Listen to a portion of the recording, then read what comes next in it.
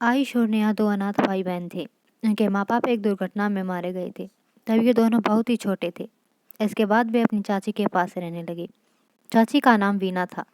दोनों भाई बहन उसे वीना चाची कहते थे। वीना ने जागीरदार की पत्नी के पास नौकरी की थी। बड़े घर में नौकरी करने से वीना के मन में अहंकार समा गया। वह दूसरे लोगों को अपने से छोटा समझने लगी थी। दोनों बच्चों से भी बहुत कठोर व्यवहार करती थी। आयुष और नेहा का मन दुखी रहता था। पर ये और किसके पास जाते? कोई भी तो नहीं था उनका अपना। वीना का अपना कोई बच्चा नहीं था।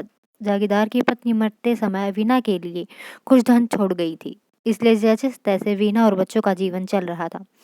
दोनों उनसे बच्चे थे पर दूसरे बच्चों जैसा जीवन नहीं था उनका। जब जब वे दूसरे बच्चों को हंसते खिलखिलाते देखते तो उनका मन रो उठता। और फिर एक दिन वीना चाची भी चल बसी।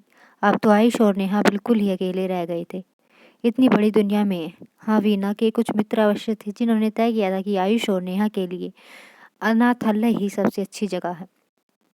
लेकिन दोनों को अलग अलग अनाथालय में जाना था क्योंकि लड़के लड़कियां अलग अलग रहते थे। जब आयुष और नेहा को ये बताया गया तो वो बहुत परेशान हो उठे। उन्होंने सोचा चाहे जो हो ये साथ साथ ही रहेंगे, कभी अलग नहीं होंगे। तभी आयुष को याद आया चाची वीना के एक रिश्तेदार सर्कस में काम करते हैं। उनका नाम समीर था। आयुष को उनका पता मिल गया था। हम उनके पास जाएंगे, शायद वहाँ हमें रहने की जगह मिल जाए। पर हम उनसे कभी नहीं मिले हैं, अगर उन्होंने मना कर दिया तो क्या होगा? नेहा ने कहा। आयुष बोला, तो फिर हमें अलग अलग अनाथालय में रहना होगा। नहीं नहीं, मैं तुमसे अलग होकर कहीं नहीं रहूंगी। नेहा की आवाज़ में डर झाँक रहा था। और फिर एक रात दोनों भाई बहन अनजान सफ़र पर चल दिए।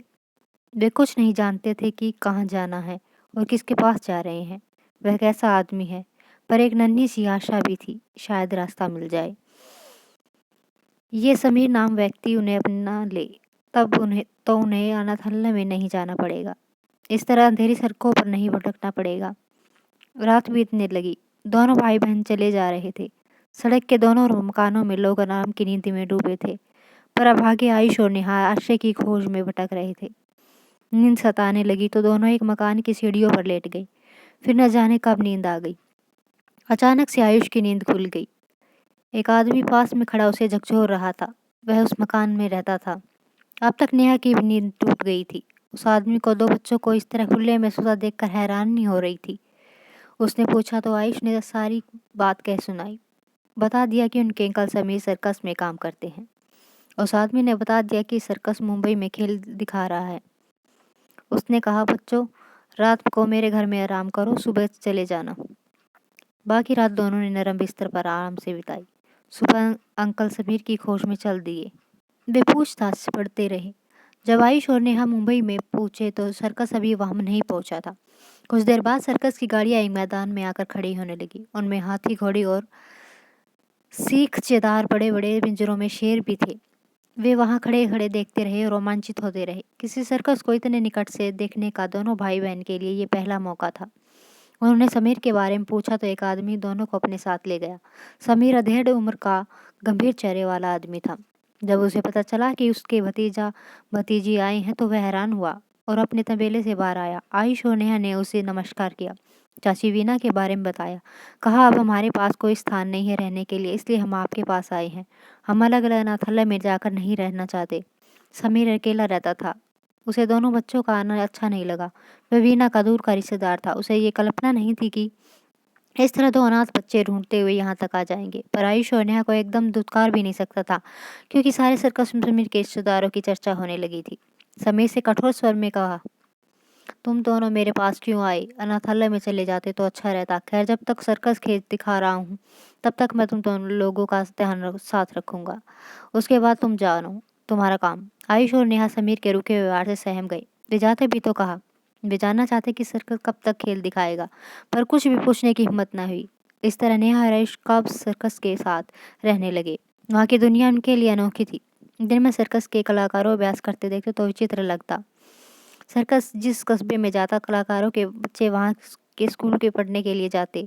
हर कस्बे में सर्कस 4-5 दिन तक रुकता। आयुष सोचता था, विचित्र है ये पढ़ाई, ऐसे में कोई क्या पढ़ सकता है भला। पर वे दोनों उस दिन तक एक बार भी स्कूल नहीं गए थे। समीर के कहने पर वे बच्चों के साथ एक स्कूल में गई। वहाँ छात्रों ने इनका खूब स्वागत किया। छात्रों ने आयुष और नेहा का परिचय पूछा तो आयुष ने संकोच से कहा, हम सर्कस वाले नहीं हैं, हम तो थोड़े समय के लिए आए हैं। फिर भी वे इस प्रश्न का उत्तर नहीं दे सके कि वे कहाँ से आए हैं। सर्कस कलाकारों के बच्चे स्कूल में करतब दिखाने लगे, पर नेहा और आयुष के पास दिखाने के लिए कुछ भी नहीं था। सच तो ये था कि वीना चाची ने उन्हें कुछ भी नहीं सिखाया था। दोनों भाई बहन सर्कस वाले बच्चों से अलग खड़े थे। नेहा ने कहा, मैं सर्कस के करतब तो नहीं जानती, पर बहुत अच्छा वायलिन बजा ले सकती हूँ और मैं लैटिन जानता हूँ। आयुष ने गर्व से कहा। वे दोनों झूठ बोल रहे थे। समीर ने यह सुना तो उसने नेहा से कहा, मैंने सुना तुम बहुत अच्छा वायलिन बजाती हो, सबको कोई धुन सुनाओ। उस समय समीर के आसपास कई लोग बैठे थे। अब तो नेहा के कांटों तो खून नहीं। वायलिन लाया गया, पर नेहा ठीक से न बजा सकी। सब उसकी हंसी उड़ाने लगे। आयुष डर रहा था कि कहीं उसकी लैटिन ज्ञान की परीक्षा न लेने लगे। एक रात आयुष और नेहा को नींद नहीं आ रही थी। सर्कस का शोर शांत हो चुका था। कलाकार दर्शकों की भीड़ के सामने अपना कौशल दिखाकर आराम से सो रहे थे। पशुओं के बाड़ों में भी शांति थी। तभी नेहा ने कहा, आयुष, हम यहाँ रहते हुए भी यहाँ के नहीं हैं। हाँ नेहा, यहाँ हमें कोई नहीं जा चाहता।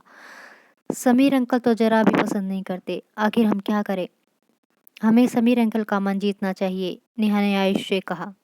तभी हम यहाँ रह सकेंगे। वे समीर अंकल को कैसे खुश कर सकते थे? इसी पर सोचते सोचते सो गए। सुबह हुई तो नेहा ने डेरे की सफाई करके नाश्ता बनाना शुरू कर दिया। उसे आशा थी नाश्ता करके समीर उसकी तारीफ करेगा, पर उसे निराश होना पड़ा। समीर ने कहा, शांता, तुम्हें नाश्ता बनाना नहीं आता, आगे कभी मत बनाना। दुख और अपमान के कारण नेहा रो पड़ी। उधर आयुष समीर की कार को चमकाने में लगा था। उसे लग रहा था समीर अंकल उसकी मेहनत से प्रसन्न होकर उसे शाबाशी देंगे, पर समीर ने देखकर मुंह चढ़ा लिया और कहा, ये तुम्हारा काम नहीं है, जाकर बच्चों के साथ खेलो। आयुष और नेहा का मन रो उठा। उन्हें लगा कि वे समीर का मन कभी नहीं जीत सकेंगे। आयुष ने नेहा से कहा, बहन, मैं सोचता हूँ हमें कोई और रास्ता अपनाना होगा। हाँ, मेरा भी यही ख्याल है, नेहा बोली। उस दिन से उन्होंने समीर को पसंद करने की कोशिश छोड़ दी। नेहा लड़कियों को सर्कस के करतब सीखने वाली महिला के पास गई। उसने उससे सीखने की इच्छा प्रकट की। आयुष विनोद नामक व्यक्ति के पास गया। विनोद घुड़सवारी का प्रशिक्षण देता था। वह आयुष को प्रशिक्षण देने के लिए तैयार हो गया। आयुष और नेहा चुपचाप सीखने लगे।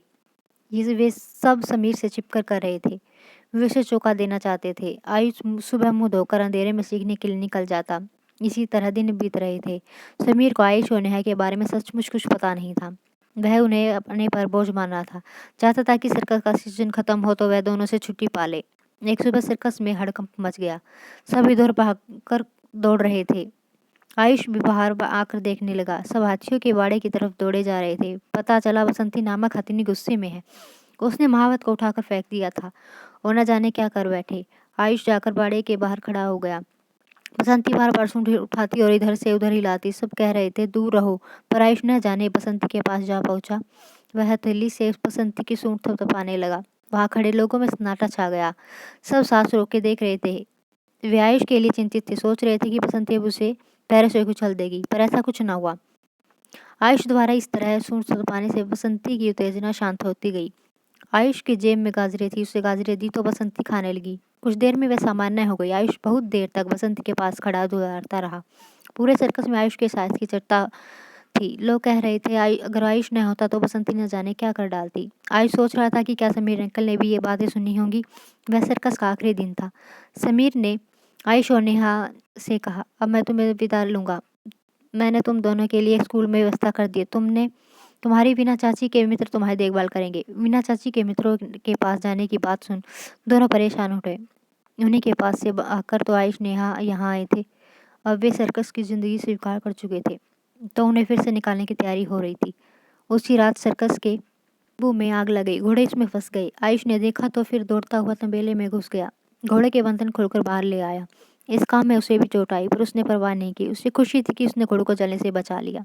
अगली सुबह सब विदा हो रहे थे। सर्कस का सामान गाड़ियों में लादा जा रहा था। आयुष और नेहा एक तरफ खड़े थे। वे किसी के लिए के नहीं थे, कोई नहीं था उनका। तभी सर्कस के मालिक ने समीर से कहा, मैंने सुना तुम दोनों बच्चों को दूर के स्कूल में भेज रहे हो। ये तो ठीक नहीं है। अब ये हमारे साथ रहेंगे। ये कहीं नहीं जाएंगे, हमारे साथ ही रहेंगे। आयुष और नेहा ने समीर अंकल को पहली बार हंसते देखा। बच्चे जैसे चाहे, अब दोनों भाई बहन अनाथ नहीं रह गए थे। उन्होंने अपना सर्कस का परिवार मिल गया था। वे खुश थे।